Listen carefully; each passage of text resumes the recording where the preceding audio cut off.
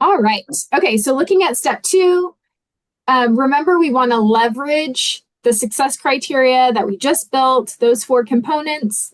So as you think about those four components, I want you to go to your concept development and your lesson plan. I know you have already previously annotated your first draft of thinking there. So now thinking about the success criteria, what will you specifically do to teach within the concept development utilizing those four success criteria? Okay, so use that to guide your focus of your annotations right now. Okay. We'll take 2 minutes and then we'll come back together.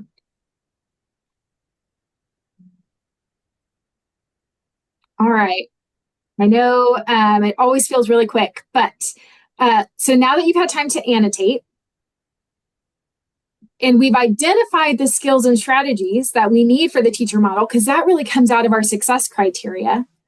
How will we model these components in our concept development portion of our lesson plan? And while we talk about that, let's also think about our pacing, right? What can we leave out to ensure that we stay within that no more than 15-minute tier one instruction piece, okay? So I'm going to jump over to our concept development and let's start talking through some of your thinking around the success criteria and how you're going to drive this portion of your lesson. Okay, so on that one, Didi, is for the lesson. I think you may be trying to show that on your screen, but oh, I am. Hold on. Let me. Thank you for saying that. Mm-hmm. Okay. Here we go. Can you see it now? Yes. Okay. Okay, so on problem one, success criteria, like that first statement is about like building and labeling a place value chart up to 100,000 place. So, I mean, that problem one is all about that, right? It looks like establishing how you're using the place value chart, and then seems like they're using disks there rather than the dots. And I know for our success criteria, the second one goes a little bit into dots to represent. The one thing that for sure doesn't that example doesn't have is the labeling of the place value chart. So something to be mindful of. Yeah, we have the building of it, but not yet the labeling. Mm-hmm. And problem two, you really see success criteria 1, 2, and 4. There they do build and label the place value chart up to 100,000. They do draw the dots to represent the digits. And then they're going to represent the number in standard form. So the only thing that's not present there is about regrouping. Yeah. Okay. So maybe problem two would be one that we would want to for sure keep. Mm-hmm. Okay. And then for the sake of time, maybe leave out problem one since it's just dealing with one piece of our success criteria. Right. Okay. Mm-hmm. Okay, perfect. Yeah, we can always just bring, that skill from problem one, which is pretty much setting up. We can just keep that as we're modeling problem two. Yes. Okay, I love it. Okay, so then moving down, problem two had a lot to model. Was there anything inside here? What were you thinking as you were reading through this teacher model and student model? Was there anything here that you were thinking teacher move wise that we would need to keep in mind? Yeah, I was thinking on like towards the end of the page where the teacher asks how many hundreds in the whole number, and then apparently a student said 12 hundreds.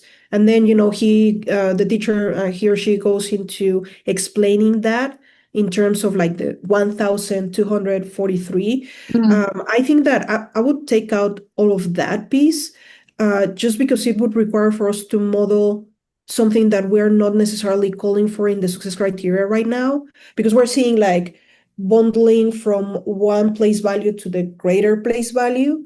But then here it's kind of backwards on that process. it may be just too much to model within that same question. I agree, especially because we are introducing a couple of complex things for them, right? We're increasing the place value here in third grade. And so that's a little bit mind blowing for them at first. And then we're also doing the regrouping and bundling strategy, which we also know adds complexity for them. So let's keep that to a minimum. And we can definitely, as we build the skill, we can come back to this piece to build complexity. Yeah. Yeah. Agreed. Okay. Anything else here? Nope, I think that's it. Perfect. So let's move down, please. There we go. Problem 3 and 4. What do we see here? Problem 3 is mostly about writing the number in standard form, like being able to say it with its place value, but then represent it in standard form. I think that we could skip that because that we can embed that into the other problems that we're modeling. I think the best piece of number 3 that we might want to use for modeling or practice is they do give some example numbers that have a 0 in the placeholder. So I know the star exemplar that we looked at had that. But it's not represented in the lesson. So I would feel better if we could build in an opportunity to practice that together. Absolutely. Yeah, definitely agreed. That is going to be super important, especially thinking about that star alignment. Yeah. Okay. So I'm hearing we can skip 3 and incorporate it in other places, incorporate that 0 place value holder. Okay. Right. And so looking at problem 4, it really covers all 4 of our success criteria, doesn't it? Yeah, that probably is like the one that is, you can really incorporate all of the success criteria. Okay. I love it. Okay. So we have a good pacing plan. We see how the success criteria is leveraged throughout for our explicit model piece. So now let's take a minute in your lesson plans to do a little bit of scripting. Sorry, excuse my annotations.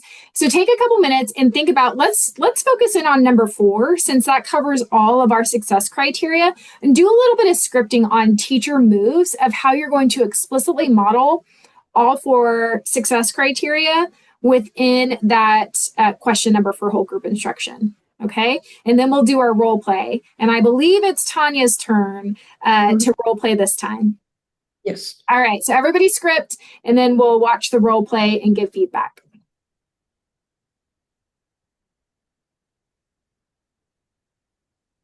Okay. Are we ready, Tanya? How are you feeling? Yep, I'm feeling good. All right. So let me go. I'm going to go back to this so that way you can have it up on the screen. And I'll let you go for it. Okay. We're going to, and sorry, as you go, Tanya, Suzanne and I are going to look for, like, what are you doing well that we can carry over into our tier 1 instruction? And then we're also going to look for opportunities to shore up in the instruction piece. Okay? Okay. Yep. Yep. All right. Great. Okay. Okay, so for this problem, I'm going to double check that my place value chart is set up correctly. Okay. Yep, it looks good. Now, so okay, let me pause you right there. Yeah. So I love, first of all, great job starting with the place value chart because that's going to hit our success criteria.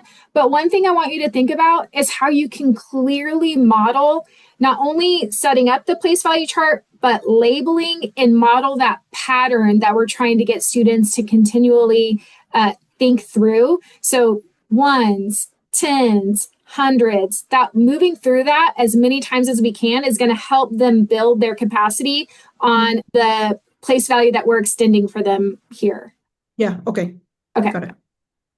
All right. Okay, so for this problem, I'm going to double check that my place value chart is set up correctly.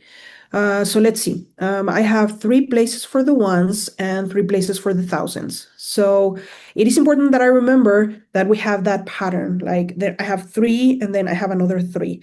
So within the ones, I'm going to check that and I'm going to check my labels. So first I have ones, tens, hundreds. Okay, great. And now I'm going on to the thousands, which is the 1000s. Remember, we don't say 1000s, but for me, it's just so that I can keep the pattern in my head. So ones of the thousands, 10,000s, and now 100,000s. Okay, so yeah, this looks great. Was that better on that one piece? Yes. Yeah. Okay. Great. Great. So then, okay, chart looks good. Now I'm going to place here, see that it says 600s and then 700s. So I'm going to take that and I have 6 in the hundreds place. Okay, so that's 6, then 0 in the tens, and then 0 in the ones. So that's 6 hundreds. And then I'm going to add 7 discs to that same place value, which is the hundreds place. So then I have another 7 here. So that would be 700, that's 700. But look, now I had 6 in the hundreds place first, and now I bring 7 more. So now I'm over 10. So this is one of those situations where I'm going to bundle because I have enough to make 1,000. Okay. Now within that, so let's just circle that. I have 10 here in my hundreds. So 1, 2, 3, 4, 5, 6, 7, 8, 9, 10. And then that I'm going to circle and show that I'm moving that into the thousands to make 1,000. Great. Yeah, okay. Okay. So, okay. That was a great model, Tanya. Thank you for taking the time to really explicitly, first of all, represent those success criteria and then model for your students. So, Suzanne, let's talk through some takeaways that we have from this, and Tanya, you can chime in too. So, first of all, let's talk about what she did really well that we want to make sure that we stamp in the classroom in our Tier 1 instruction. So Suzanne, you want to start? Yes, absolutely. I thought you did a really nice job, like talking about like that repeated pattern of 3 ones, tens, hundreds, 1,000s, 10,000s, 100,000s. I think you also can add to that conversation like the comma, that we're going to use the comma in between those groups of 3, because that is important on the exit ticket. And then it also made me think we might want to make this model like part of an anchor chart, so that students can go back and reference like finding that group of 10, and being able to bundle that to move it over into the next place value. Yeah. Okay. I love the idea of adding in the anchor chart here for this. And then I want to echo what Suzanne said, really clearly naming the key actions that we need students to do in order to be successful here. The one opportunity that I noticed, that I didn't pause you for in the moment, was when you said, okay, you did a really great job saying, I have 10 here, which will equal 1,000.